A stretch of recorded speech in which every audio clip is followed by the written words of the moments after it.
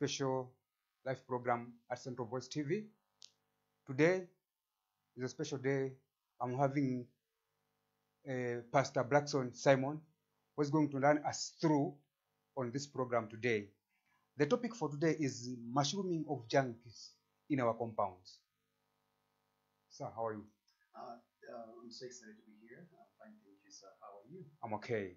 It's good to be here. Thank you very much. This evening. Okay, thank you very much.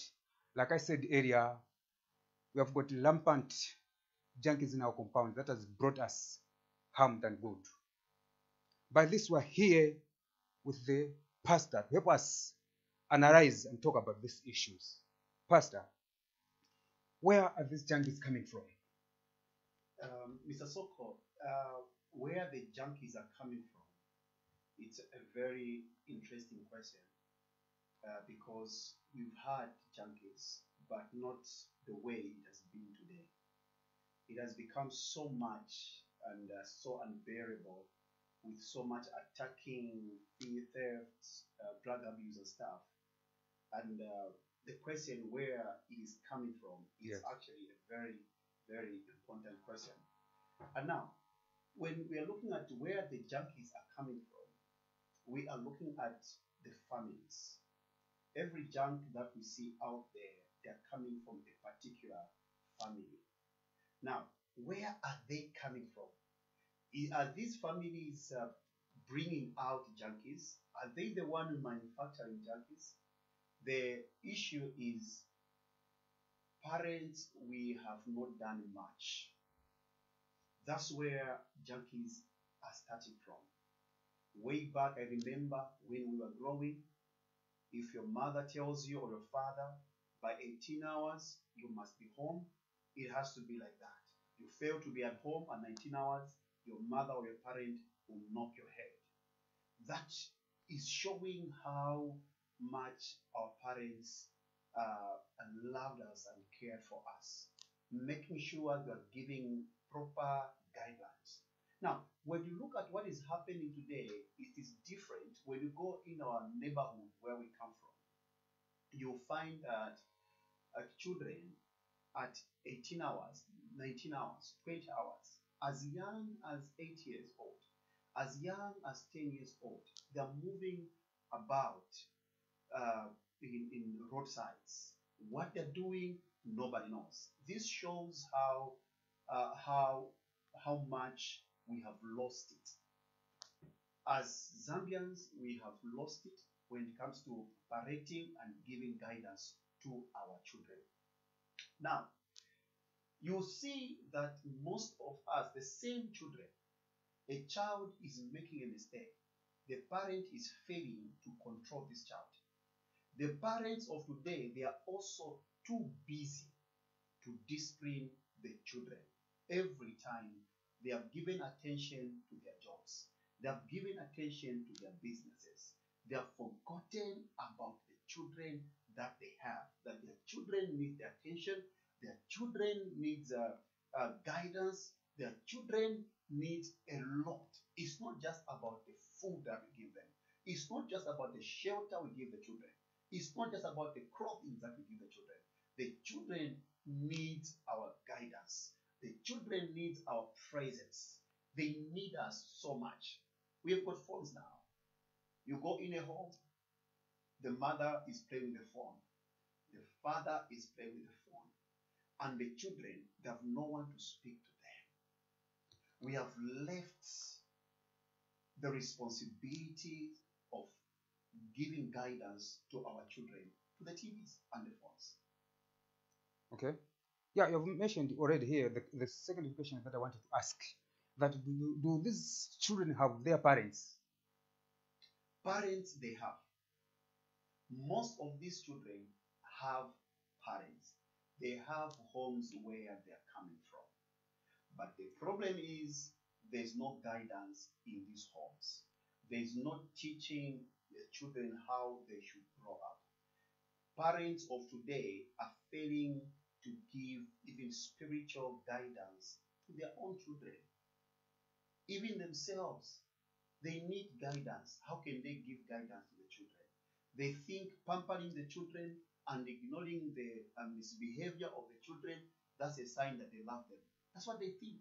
They think because I can buy a phone, an Android phone or whatever phone to my child, then I love them. No, it's so much more than that. They have parents, but these parents do not know their responsibilities anymore. Yeah, you had mentioned about technology. Do you mean that technology is not good? Technology is good. You see, anything has got its own disadvantages and has also its own disadvantages. Yeah. Depending how you use it. Okay. So medicine, I'll give it medicine. Medicine will bring healing to your body. But if you abuse it, it will kill you. So technology has come to make life easy for us. Technology has come to make our communication easy for us. But when we misuse technology, when we abuse technology, even our morals decays. Okay. I've heard you have explained very well on this issue. But these days there's what we call human rights. You can't forget about human rights as far as we want to control our children. Yes. But in a spiritual way, how would you advise the parents that are always on their phones, are always on their gadgets, forgetting about the future of the children? What would you advise them? You've mentioned, first of all, about human rights. When we say what are human rights, tolerating a child's bad behavior does not mean that you are respecting their rights. The Bible says, do not spare a rod on a child. Do not spare a rod on a child. In other ways, you have to discipline a child. A child needs discipline. If it means to whip, get a whip, don't spare. Beat that child so that that child can do the right thing. If advising, if giving guidance is not working well, why can't you use a rod to give guidance to that child? It does not mean when you whip someone or a child, it means that you don't love them. No. We whip, in fact, we discipline the ones we love. Because we love our children, we want them to grow in the right way. We discipline. These human rights, I don't know what they mean when it comes to children discipline. Human rights are human rights if they are supporting the best way of raising the children. Beating a child does not mean abusing their rights. Not at all. Not at all. No. I remember last time Dr. Rosa Siatwambo Yes. had posed a question that why are the children of 10 years, 16 years, they are staying on their own? What could be the problem? Yeah, then I said that maybe it could be because of poverty. Because the parents, they can't accommodate all the children in a two-roomed house. So don't you think this is also the cause of the children leaving the homes of their parents and going to fend for themselves? Okay, so fending for themselves is not a problem. It's about becoming responsible at a tender age. But now, being a junkie, behaving in another way is another thing altogether. Okay, so a child might be coming from a poor family where they're staying in a two-room house, and maybe there are 6 of them. They're girls and boys and the parents there, and then one child choose to go and stay by themselves.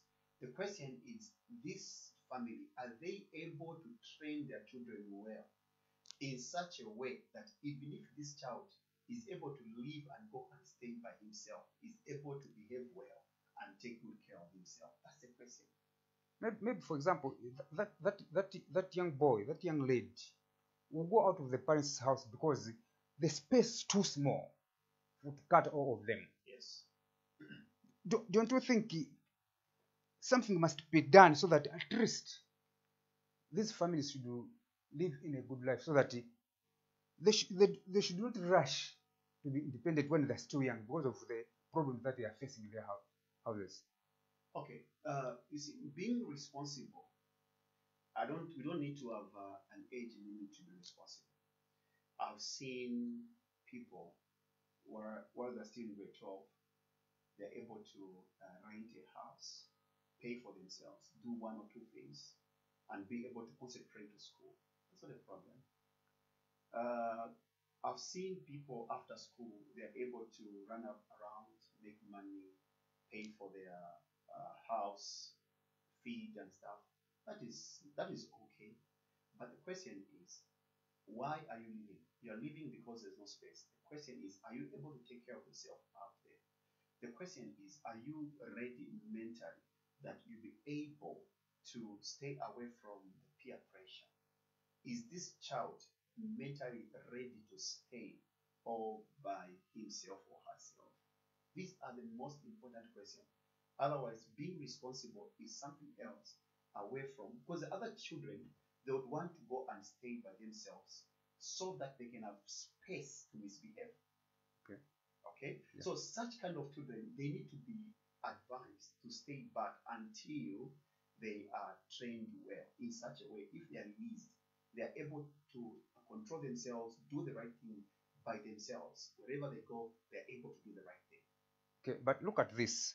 I'm coming from the Shamp compound, Yes. where I can see the behaviors of those junkies. They're moving up and down, drinking Manhattan, do this and there. No one is trying to control them. Even the law enforcers, Yes. they can't do anything. But like, as a man of God, Yes. what would you advise the parents and the victims of the same things? Because it's like the law enforcers have failed to do what? To control this issue. You might hear today they've been arrested. Yes. The other day they are released. What would you advise?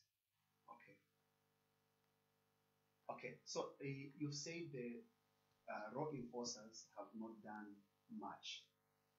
Today they'll get these guys. Tomorrow they release them. Let me first of all start saying, answering from this point. There's something the law enforcers are doing, and I'm saying this because I've witnessed it, and I think the only problem is the community is not supporting the law enforcers. So what happened is, when they get these junkies from our communities, they take them to, first of all, they take them to the station, scrutinize them, and find the ringleaders who are controlling things. And then these others, they'll release them and deal with the ringleaders, because they know if they deal with the ringleaders, then they're able to control slowly. Because some of these children are just being influenced by their ringleaders. Okay. So there's something that the law enforcers are doing. Yeah. Then, in your own understanding, what would be the cause of this and the solution of this junkies issue?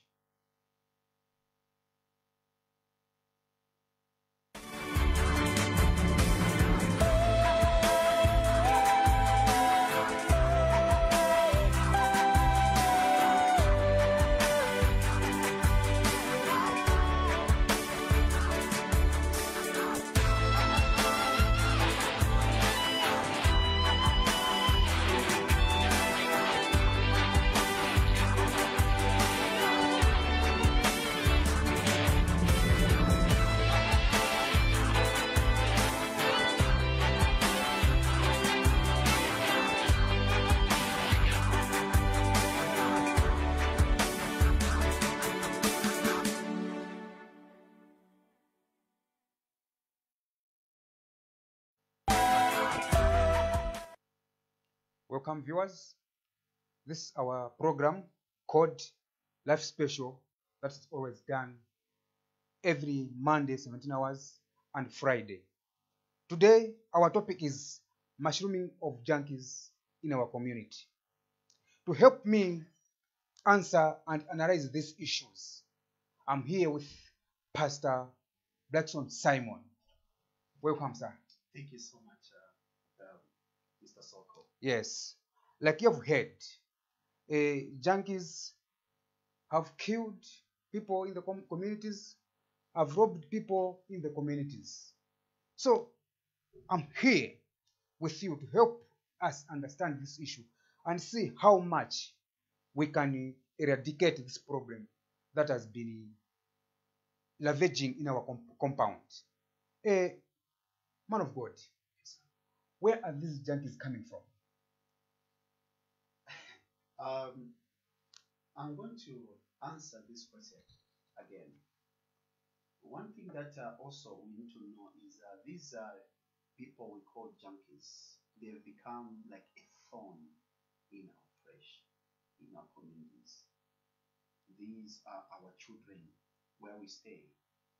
These are the children of our neighbors. These are our nieces, our nephews. These are our sons in our communities where we come from. So they are coming from homes, the Zambian home. These are our neighbors. So that's where they're coming from. Okay.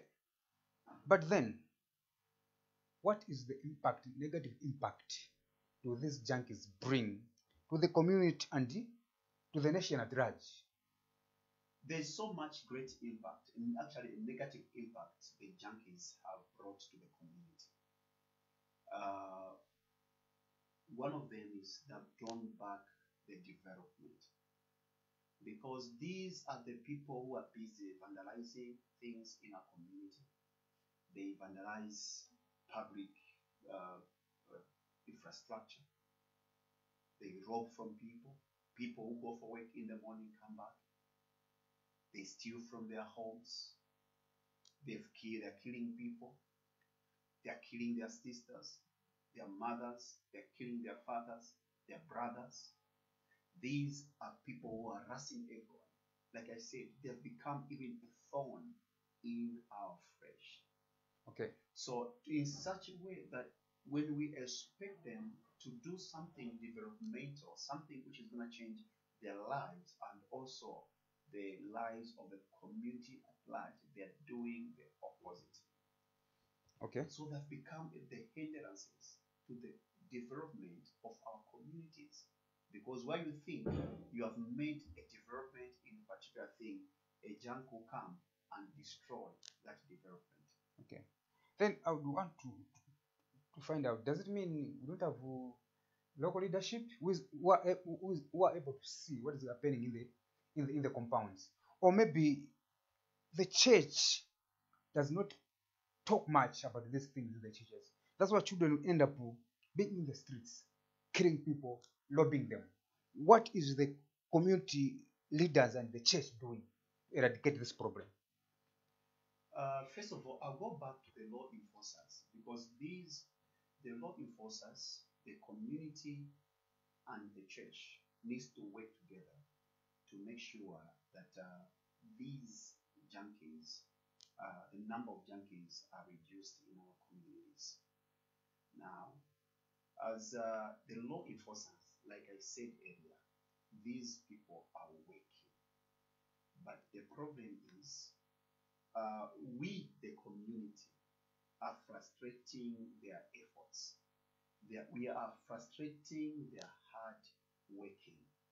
When they want to have an operation in our community, ourselves, the people in the community, we are the one going ahead and tell those junkies that the officers, the law enforcers are coming.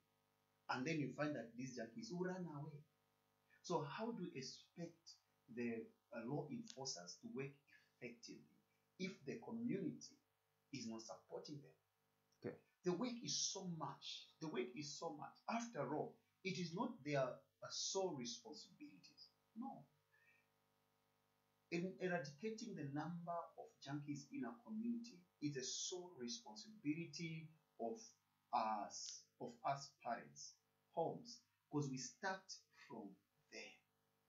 We say charity begins at home. So when we see a junk, we see that where this person is coming from, most of the times, there's no order, there's no discipline. These children are living like chickens, no direction. You just wake up, do your own things, nobody cares. Parents do not care about what you do. And when the police arrest you, they are in the forefront, going at police and start pointing fingers at the police officers. And yet, they are the ones who have caused their children to be behaving the way they are behaving. So the law enforcers, there's something that they are doing. But on their own, they cannot manage. After all, in disciplining the children is not their sole responsibility, but they're trying to eradicate. Because where these junkies, where the problem is coming for these junkies is abuse of drugs. They are so obsessed with drug abuse. They, like you said earlier in the preamble, they take marijuana, chamba, they take whatever drugs they sniff. I don't know their names. Some of them yelele, whatever they call it. And this makes them to start behaving the way they behave. They're not scared of anyone. They can tell, they can speak even to their father like they're speaking to their young brother. You know, the drugs that they consume has made them to start behaving like animals. This is where law enforcers are coming in. Okay? And not when law enforcers get these people, some of them are taken for transformation, counseling. They're being counseled for transformation. Okay. Because most of them are juveniles. Yeah. Then, like I said in the preamble, you're the man of God. Yes, sir. Yes. Have you tried, as a man of God, to advise those children in the society on how to live in a godly way? Because only when you live in God, or you are taught the things of God, that's when you can do the right thing. Do the church try to do that? The fear of the Lord is the beginning of wisdom. Now, you see, when you are talking about advising, whom are we advising? The parents or the children? Okay, let's start with the parents.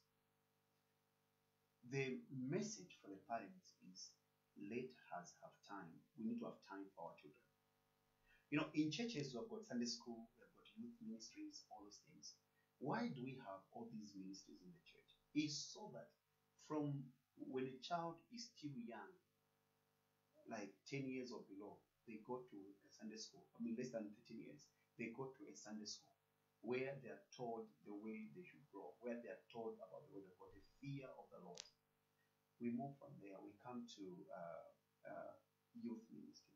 Youth ministry also, we teach these children how they should be behaving in the community, how they can choose careers, how can they walk, can they do things rightly, how they can stay away from peer pressure, how they can fight how can they fight drug abuse or any kind of abuse we can talk about which is affecting the community.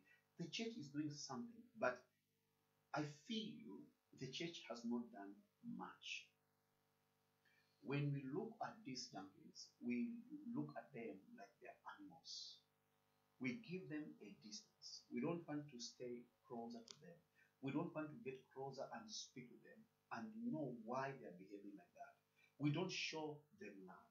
Sometimes people or children behave the way they behave because no one has ever shown them love. Now, if the church can realize and say, why can't we show the love to these children? Some of them, they're lacking love.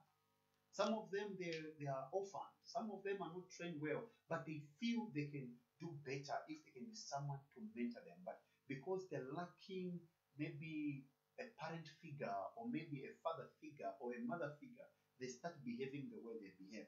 But the moment such kind of a figure is introduced in their lives, you find that transformation is seen. So the church has not done much. The church has neglected these youngsters. The church needs to start showing love to these people. It's not just about preaching to people who look okay or to people whom we think.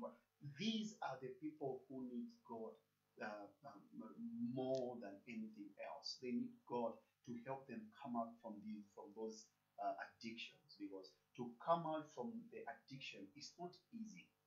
It's not easy. It starts with love. Let us, as the church, let us rise and show these junkies love. Okay. For example, like you said, you need to show these junks love because these are our children in our homes. But find that the parent, the father might be a good church attender, and the mother, they go to church every day. But what is coming out of their homes is a suicide. So does it mean that the children, because they had said that sometimes the parents cause the children to misbehave, but he is a parent going to church every day, attends the church, whatever program the parents go to church, but why are the children not following suit? The parents are doing their best to show the example to their children, but why are the children remaining behind? Is it the parents or the children themselves? I love the word that you have used. The parents are church attendants.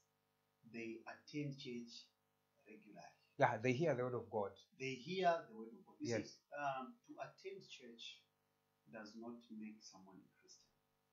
But sorry to cut you short. Sorry to cut you short. Sorry to cut you short.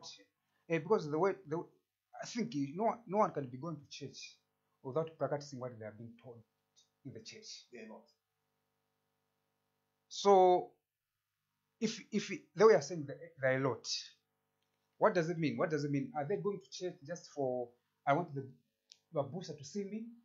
I want to, because I've bought this new trousers, I want the man of God to go and see me, or maybe that young lady to see me. What's happening? People go to church for different reasons. Yes.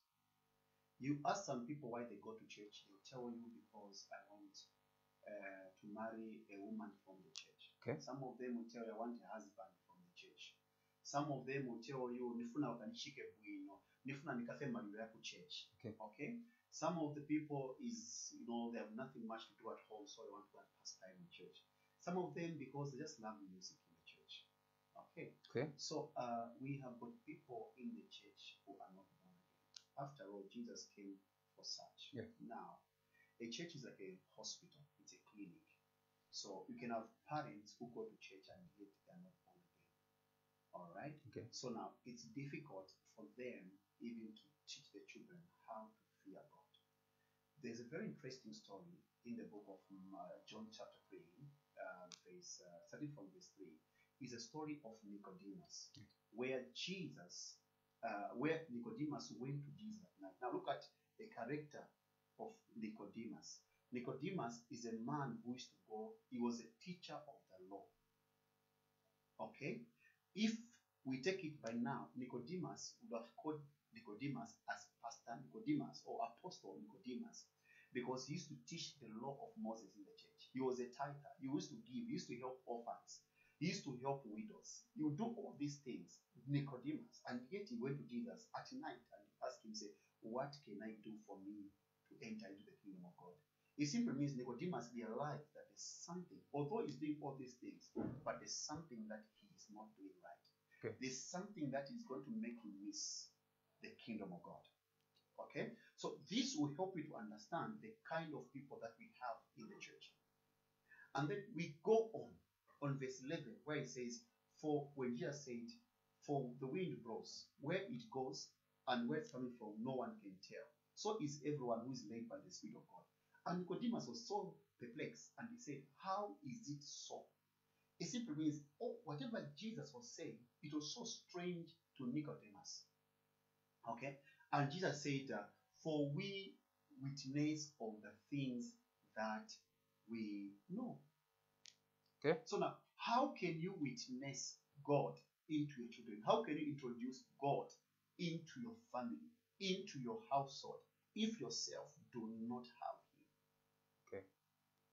People know about God, but they don't know God. Okay.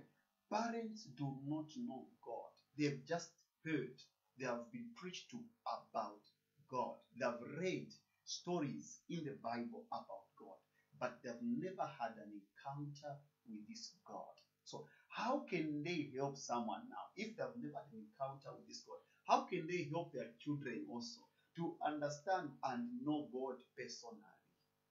Okay. Then how would you help the parents to know God so that that knowledge that they could have imparted in it could be imparted on them, it's also imparted to their children. How can they know God? Because for sure, when somebody, some people wake up as far as 05 hours preparing going to church. That's They don't think, they don't know what they are going to do in the church. Okay, so now there are different kind of characters here. Let's say there are people who go to church, but because they go to church because since when they were born, they've been going to church. Their parents introduced them to church. Okay, so to them it's a norm. It's a normal thing. It's nothing strange. Okay. We've been doing that since when we were young. Okay. Okay. Now we also need to understand that when we are growing, you will tell me, you can tell me, you can accept to this. Yeah. When you are growing, our fathers, our mothers, some of them were drunkards, but we try by all means and show us the right way. They didn't tell us, even if I'm drinking, even if I'm doing this, but my children, I want you to know that there's God. I want you to know there's this. I want you to know you need to grow like this. I want you to know you need to do things right. They'll make sure they're there. Okay? These are our old parents. This is why you and me, today we are here, we are discussing about this. It's because there's an investment which our parents invested in our lives. Despite them being drunkards, but they've managed. They've managed. There's an investment. Okay. Remember, in our preamble, we looked at the, we have got up today, we have got parents who are absent. Okay? Absent in homes. Homes, absent from their children. Oh yeah. You find that they don't remember, the children don't remember the last time they saw their father. Their father will come home late and drunk. You just go to bed straight without asking what their children have eaten, without asking if their children are back, without knowing if their children went to school. They don't care. They have no time even to call their teachers to say, how are my children doing? Okay, so it means mainly what causes children to misbehave is the absenteeism of parents Of course. to their children. Parents, we have lost our responsibilities. Okay, then how can we rekindle this responsibility? How can we rekindle? Help me to understand this and help me to explain this to the parents so that they should rekindle that if they feel their children to be good children in the society. How can they rekindle that closeness and love to their children? It's very simple because that's where their children are looking for.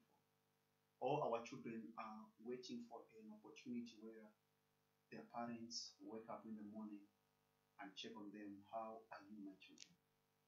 These children we are seeing, the junkies, they have been waiting for an opportunity where their fathers, their mother can tell them, I love you.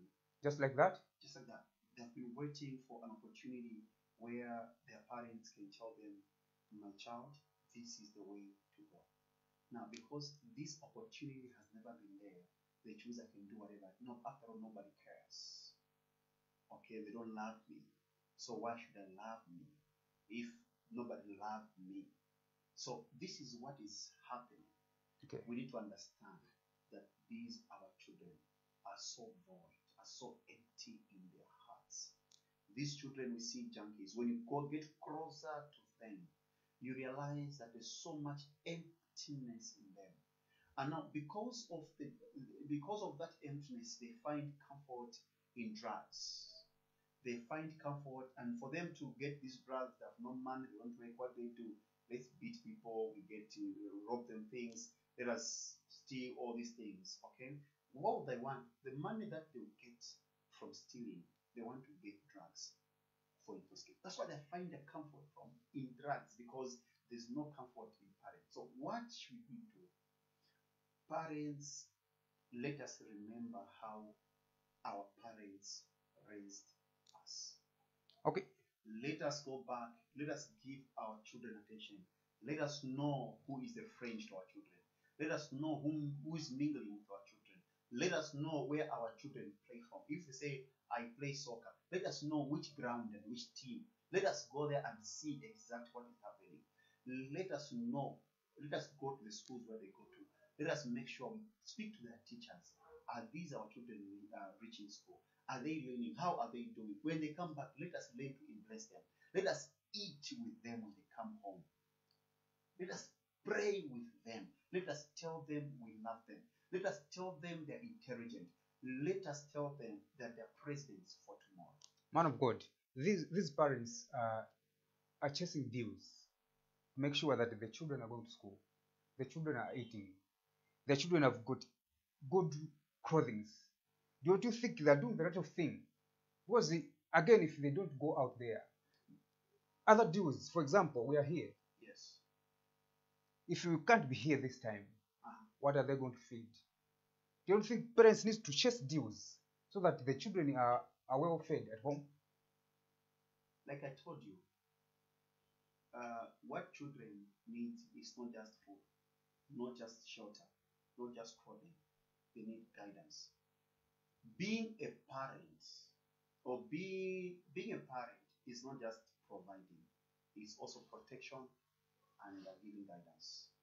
That's being a parent or being a good father or a good mother. As much as you are chasing deals, even our fathers, they were chasing deals, but they still had time with us. If it's a weekend, they will still stay back over the weekend and have a quality time with us. If you are so busy during the week, why can't you find time over the weekend? Spend the whole weekend at home with the children.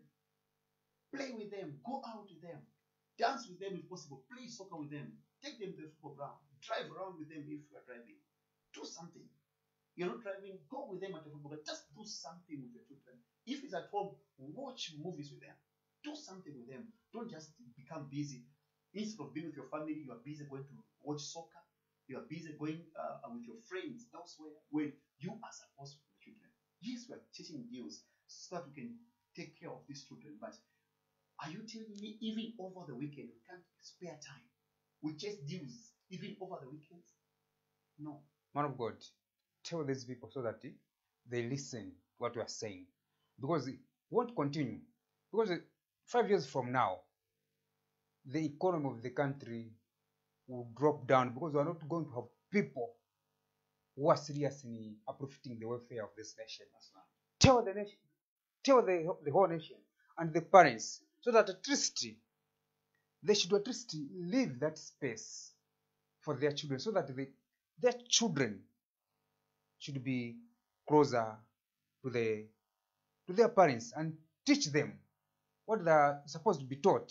But no, again, these parents Yes. find that the income that they're earning at the end of the day, it demands them to wake up early in the morning 04 hours and come around 2003. If they say, no, let me stop, this job is too demanding, I will lose my children. What will the children do at the end of the day? Remember, this is the only income generation for that parent. You and me, we are given the same time.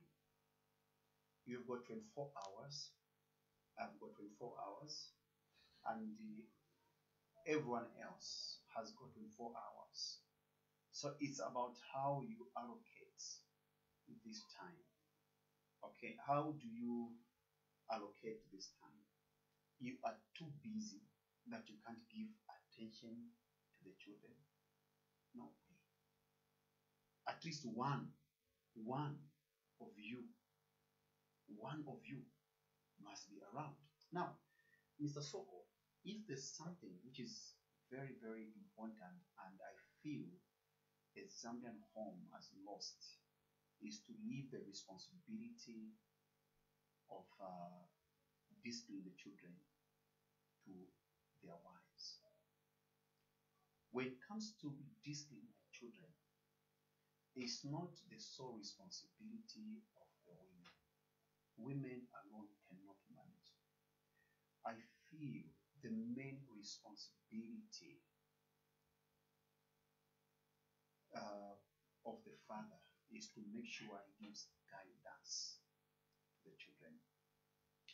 These our children, they need a father figure.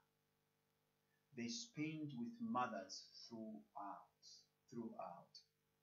but their mothers, they get tired. They have to do washing, they have to do this and everything. But you see, when there's a father figure, there's so much authority in the way a father will speak. A father, if you say, even in a low voice, no, a child will shiver. Dad has said no. But if the mother say no, you'll find that in most of the occasions, children will rebel because they know that their mother has got how far they can go. Man of God, don't you think if a family can come up with a deliberate Bible study in the house, do you think can this also help to eradicate this issue of junkies that we're talking about each and every day? Precisely. You see, when we say, and who's supposed to initiate those programs, is the father. When the Bible says the father is the priest of the home, right? Yeah. Priesthood starts from home. Yeah. So every father, either is a drunkard, is a whatever he is, he's a priest in that home. Okay. So such kind of activities are supposed to be initiated by the father. Now, man of priest. Yes, man of So God. if we can have such Bible studies, if we can train our children how they should grow, you find that if I do it whilst my children are young, by the time they reach 18, I continue. You find that even the pressure of training them will start reducing because the foundation has been laid very well. Okay. So once the foundation is laid very well, the building of this future or life, it's not a problem because the foundation is laid very well. Okay. This is why if you have got a building project, if there's something that demand a lot of attention, is the foundation. Once the foundation is laid well, you find that by the time these children are reaching 15, 16, 17, you have less pressure on disciplining them because they will have learned everything. So fathers, let us rise. Let us rise. Let us rise and give guidance to our children. Let us not leave everything in the hand of our wives. Our wives get tired with things. They get tired. No, some children are just too pompous to their mothers, but they can't be pompous to their fathers because a father figure has more authority. Okay, you said it well that the father figure is too much of authority rather than the mother figure. But we live in the compound, some of us. We see how disorganized and irresponsible fathers are. Because, first of all, the father is the number one culprit of leading the children to misbehaving. Now, as we are saying, the father is there going to drink alcohol.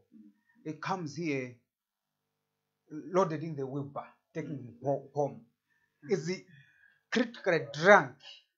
How would such kind of father support the children? It's really so much shameful and disappointing to have such kind of fathers. This is why we are here. It's a cry to all the fathers, all the parents. Let us be responsible. We are no longer young. We are growing, and even our behavior and the way we do things must grow. we must be able to reason of the consequences that will come out from the way we do things. What happened to these children have brought on it. It's not about to give birth, to make a woman conceive. It's a very simple thing. Yeah. Okay. But it's another thing to raise this child. It's another thing to provide this child either material or guidance. Is another thing. So the most important thing is not just about giving birth, but also it's about giving guidance. So parents, fathers must wake up, must stand up and realize that this is not the time to play around with the destinies of the children. Some of these children we are seeing, they're supposed to be great men in our society. Some of them, they're supposed to be the breadwinners of the same families. Some of them, they're supposed to take care of the same fathers who are irresponsible. Now, because these fathers have not done the right thing from the beginning, the future of these children are being wasted. Our children are abusing drugs. So much drugs that they can't reason. They're so weak, they can't think properly. The only thing they think about is, how do I get more money to buy more drugs so that I can consume it more and more? Okay. Then, man of God, look at the issue at this angle. Like I mentioned earlier, the family, there's a family of 5 children and the parents. Yes. The parents, they still want to bear children that two-room house. I think the firstborn out of those 5 must have grown to 18, 19 years. Yes, I've seen that. Sometimes they would say, no, even if I'm not doing anything, I can't be experiencing this experience in my father's house. Yes, yes. Let me just move out so that I try to stand on my own. Then outside there, he meets the PA groups, which influences him to do those things. But I think the main point here is also poverty can be the cause of junkies. Yeah, it might be the parents because they are responsible, but I think also poverty.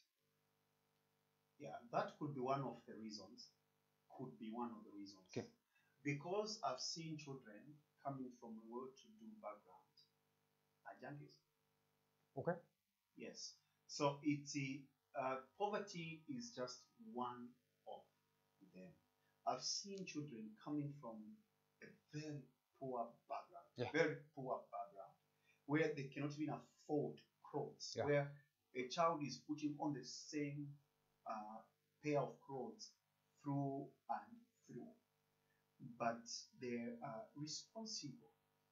Okay, so a child can come from a poor family and become a junkie, depending the kind of guidance that family is giving.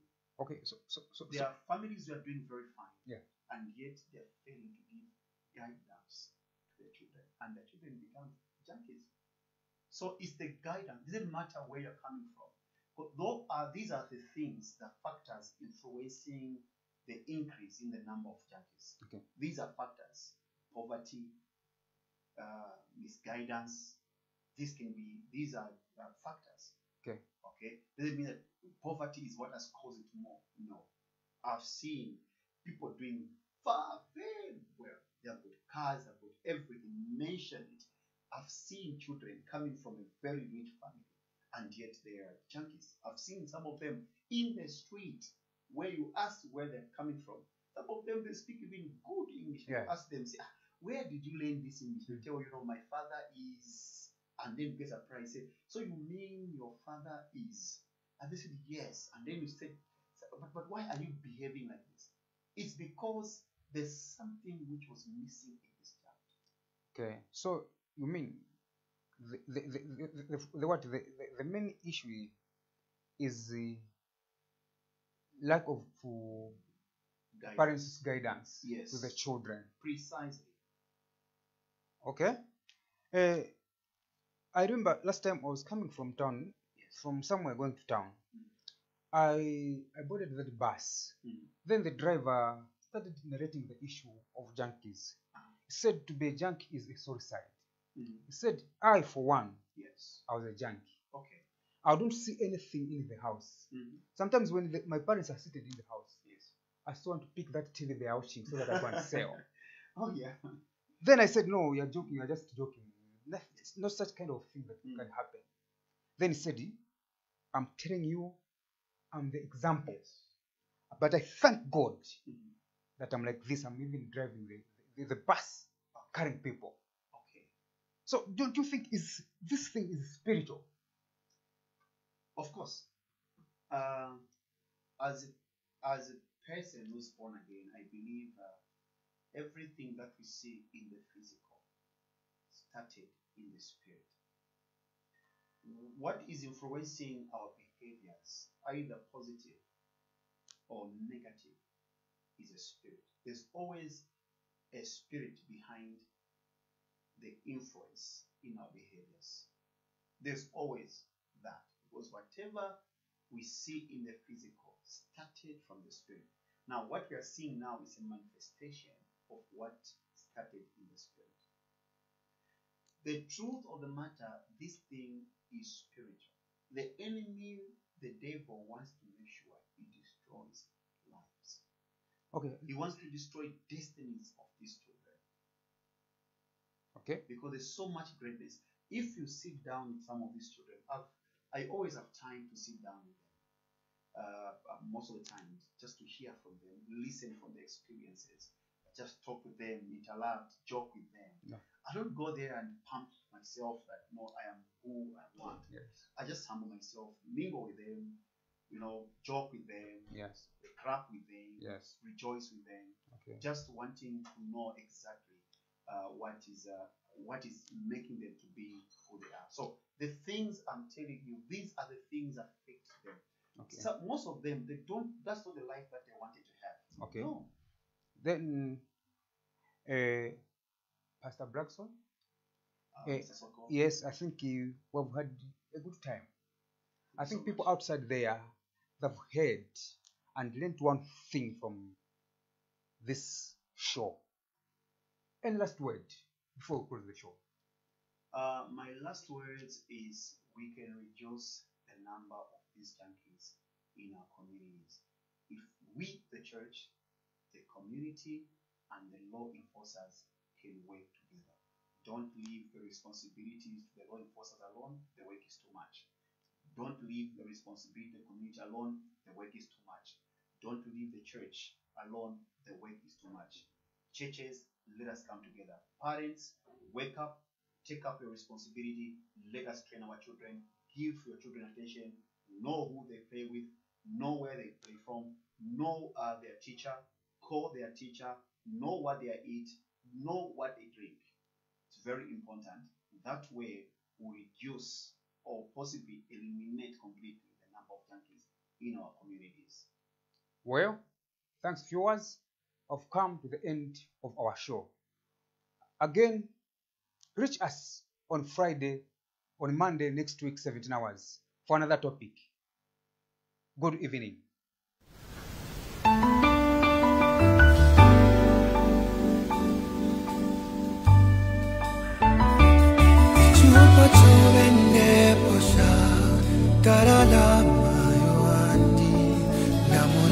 Kurira kobe wirila mayo andi iwe dalala